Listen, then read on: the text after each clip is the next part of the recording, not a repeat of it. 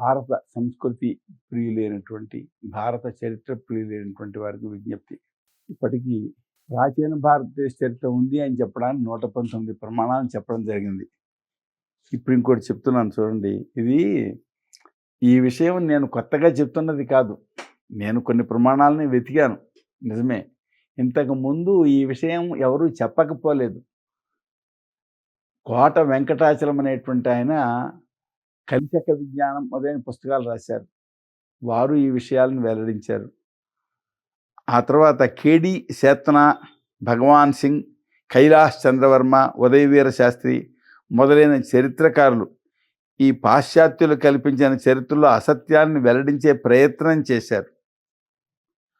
అంతేకాదు, ఇంతకుముందు చెప్పాను నేను,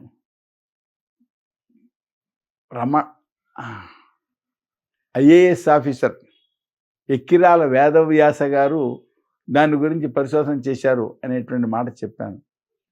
మరి అంతేనా? ఎస్ఆర్ రావు గారు ద్వారక గురించి పరిశోధన చేశారనే మాట చెప్పాను. కనుక ఈ విషయాలు పరిశోధన చేసి చెప్పిన వాళ్ళు ఉన్నారు, కానీ అవి చరిత్ర పుస్తకాల్లోకి ఎక్కలేదు. చరిత్ర పుస్తకాల్లోకి ఎక్కలేదు. మరి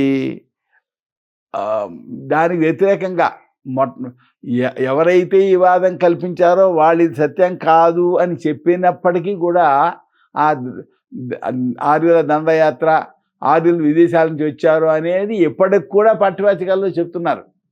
ఇది మరి ఎంత దురదృష్టం చెప్పండి.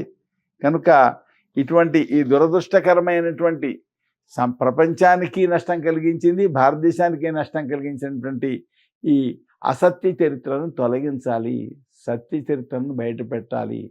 దానికి ఇప్పుడు నేను మీకు 120వ ప్రమాణం ఇచ్చాను. ఇంతమంది చరిత్రకారులు దీన్ని కాదన్నారు అనేటువంటి ప్రమాణం. కాబట్టి ఈ చరిత్రను తొలగించి ప్రాచీన భారతదేశ చరిత్రకు ఉండేటువంటి ప్రమాణాల ద్వారా 220 ప్రమాణాలు ఉన్నాయి. కనుక ప్రాచీన భారతదేశ చరిత్రను పాఠ్యవాచకాల్లో పెట్టమని దయచేసి మీరు ప్రభుత్వాలను కోరండి. రాష్ట్ర ప్రభుత్వాన్ని, కేంద్ర ప్రభుత్వాలను కోరండి. వాటికి తలో లేఖ రాయండి, తలో కార్డు రాయండి. నేను మీకు కరపత్రం ఇస్తున్నాను, రాయవలసిన మ్యాటర్ దానిపైన అది కూడా ఇస్తున్నాను. ఆ కరపత్రంలో ఇద్దరు అడ్రస్లు ఇస్తున్నాను. ప్రభుత్వం అడ్రస్, కేంద్ర ప్రభుత్వం అడ్రస్ ఇస్తున్నాను, రాష్ట్ర ప్రభుత్వాల అడ్రస్లు కూడా ఒకటి ఇస్తున్నాను. మిగిలిన మీరు సంపాదించుకోండి. ఇచ్చి ఆ లేఖలు రాసి ఈ చరిత్ర మార్చేటువంటి ప్రయత్నం చేయండి. ఈ పాటి ప్రయత్నం చేస్తే దానివలన దేశానికి మేలవుతుంది. చరిత్రలో ఎంత దుర్మార్గం జరిగింది. ఇది ఒక దేశం కాదని రాశారండి. ఇది ఒక దేశమే కాదు అంటే దేశభక్తి ఏ విధంగా ఉంటుంది చెప్పండి. వాళ్ళు స్పష్టంగా రాశారు. ఆ పేర ఏమనుంది? భౌగోళికంగా కానీ, లేకపోతే భాషాపరంగా కానీ, మతపరంగా కానీ, సంస్కృతి పరంగా కానీ ఇది ఒక దేశం కాదు. ఇంగ్లీష్ వాళ్ళు పాలించడం వల్ల ఇది ఒక దేశమైంది అని రాశారు. ఇది పూర్తి అబద్ధం. ఎందుకంటే ఇప్పటికీ 10,000 సంవత్సరాల వెనక రామచంద్రునికి 34వ తరంలో ఉండేటువంటి భరతుడు అనేటువంటి ఆయన ఈ దేశాన్ని మొత్తం పాలించాడు. ఎక్కడి నుంచి పాలించాడు? గంగ పుట్టిన చోటు నుండి కన్యాకుమారి వరకు పాలించాడు. ఆయన బాగా పాలించాడు.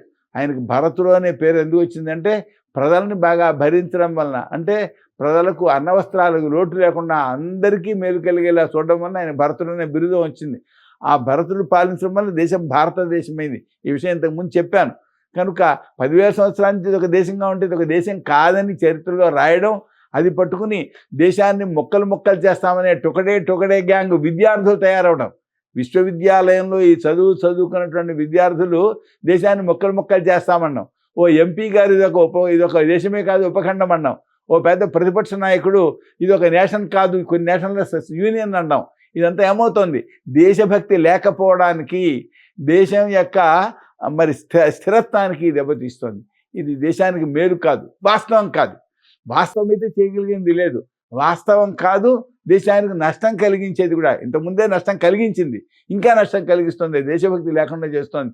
ఇక్కడ చదువుకున్నటువంటి విద్యార్థి ఎలాగోలాగా దేశం వదిలేసి ఇక్కడ చదువుకుని ఏదో విధంగా ఇక్కడి నుంచి మరో దేశం వెళ్ళిపోయి అక్కడ లక్షలు సంపాదించాలి, కోట్లు సంపాదించాలి అనే ధోరణి వస్తుంది. ఇది దేశభక్తికి చాలా నష్టం కలిగించేది, దేశానికి నష్టం కలిగించేది. కనుక ఈ చరిత్ర మార్చడం అనేది, ప్రాచీన భారతదేశ చరిత్రను పాఠ్యపుస్తకాల్లో చేర్చడం అనేది, దేశభక్తిని కలిగించే చరిత్ర కలిగించడం అనేది ఒక పెద్ద బాధ్యత. ఇది ప్రభుత్వాలకి బాధ్యత, మరి ప్రజలకు బాధ్యత. దీన్ని నెరవేర్చుకుంటే దేశానికి మేలు కలుగుతుంది. దయచేసి ఇది అందరూ చేయగలిగిన పని, అందరూ కోరదగినది. కనుక ప్రతి వ్యక్తి కూడా తమ ఏ వృత్తిలో ఉన్నవాళ్ళైనా సరే ఇది కూడా ఒకనొక పనిగా పెట్టుకోండి. దీనికోసమని ఇప్పటికీ 120 ఆధారాలు చూపించాం. ఈ ఎపిసోడ్లు ఇప్పటికీ దాదాపు ఒక 67 దాకా చెప్పడం జరిగింది. కనుక దయచేసి ఈ పని చేయవలసిందని తమ అందరినీ కూడా కోరుతూ స్వస్తి.